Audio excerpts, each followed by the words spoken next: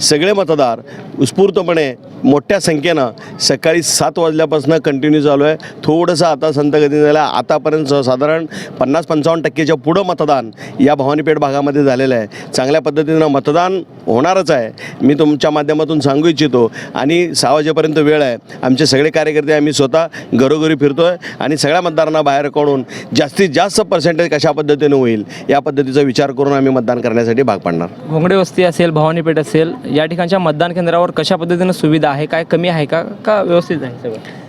ज्या पद्धतीनं प्रशासनाचं आता इथं मतदानच्या केंद्रावर ज्या पद्धतीनं टेंट घातला आहे, मंडपाचा सोय करून ठेवलेला आहे, त्याच पद्धतीनं मतदारांना जे नावं काढण्यासाठी आम्हीही त्या बाहेरच्या बूथवर त्या ठिकाणी मंडप वगैरे मारून पाण्याची सोय करून, विशेष म्हणजे मतदान करण्यासाठी येणाऱ्या सगळ्या नागरिकांना मतदारांना खूप उशीर थांबावं लागू लागलं आहे, कारण मोठीच्या मोठी रांग असल्यामुळे. त्यामुळे त्या ठिकाणी पिण्याची पाण्याची व्यवस्था आम्ही स्वतः कार्यकर्ते म्हणून त्या नागरिकांना करून द्यायचा इथं प्रयत्न केलेला आहे. अतिशय चांगला आहे. पण मी या ठिकाणी तुमच्या माध्यमातून सांगू इच्छितो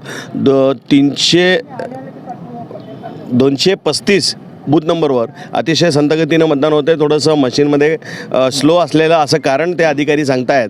त्या पद्धतीनं आम्ही त्यांच्या जेडवांना आणि वरील अधिकाऱ्यांना त्याचं बोलणं करून आम्ही ते लवकरात लवकर चांगलं करा म्हणून असं त्यांना सांगण्यात आलेलं आहे. 1 वाजेपर्यंत सोलापूर लोकसभेसाठी 29% मतदान झालेलं आहे. पण प्रभागाचा विचार करता भवानीपेठ, घोंगडे वस्ती या भागात किती टक्के मतदान होईल 6 वाजेपर्यंत, कशी चुरस असणार आहे? मी नक्की या ठिकाणी तुम्हाला या माध्यमातून सांगू इच्छितो, साधारण 60 ते 65% मतदान या भवानीपेठ भागातून नक्की होणार आहे आणि विजय आमचा नक्की होईल या माध्यमातून दिसून येतं. ज्या पद्धतीनं उत्स्फूर्त प्रतिसाद नागरिक येत असताना आमचे चेहरा बघितले की आम्हाला सांगतात की तुम्ही आम्हाला सांगू नका, आम्हाला सगळं माहिती आहे, आम्हाला कसं मतदान करायचं आहे, ह्या असं उत्स्फूर्तपणे ते सांगतायत. त्याच्यावरून आम्हाला लक्षात येतं की बाबा हे मतदार जागृत आहेत, हे मतदार देशाचं नेतृत्वाला स्वीकारून एक चांगल्या पद्धतीनं मतदान करायला सुरुवात केलेली आहे. काही ठिकाणी मशीन प्रॉब्लेम देतात अशा तक्रारी आमच्या मीडियापर्यंत आल्यात, काय वस्तुस्थिती आहे? मशीन कुठेतरी एखादा फक्त स्लो आहे असं विषय आहे, पण आमच्या भागामध्ये तर सगळ्या मशीनी वगैरे व्यवस्थित चालू आहेत. अधिकारी चांगलं काम करत आहेत, चांगल्या पद्धतीचं सगळं क्रॉस चेक करून हे होतात. फक्त माझं एक खंत आहे, ज्या ठिकाणी हयात असताना डिलीट असे खूप पडलेले आहेत. एकेका मतदारसंघामध्ये 90-90, 100-100, 110 अशा पद्धतीचं परिस्थिती आहे. त्याचं आम्ही 100% तक्रार केलेलं आहे. पुन्हा त्याची चौकशी व्हायला पाहिजे सखोल, आणि त्या संदर्भात ज्यांनी कोणी काय केलं असेल किंवा काय गडबड केला असेल तर त्याची माहिती घ्यायला पाहिजे.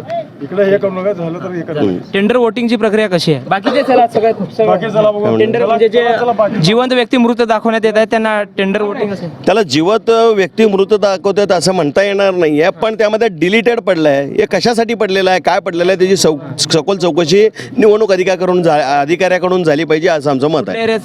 हा परिसर आहे आमचा भवानीपेठ, घोंगडे वस्ती, इंदिरा वसाहत, तुळजापूर वेस, कुंभार वेस, आपला गोलचावडी, इंदिरा वसाहत, किरीटेश्वर मठ, ह्या सगळ्या पद्धती या सगळ्या भागातील भौगोलिक रचना या पद्धतीनं या इकडं आहे. एकूण या आमच्या भागामध्ये 19 बूथ आहेत. त्या 19 बूथपैकी साधारण 19,001 मतं या भागातून मतदान करायचा प्रयत्न करत आहेत.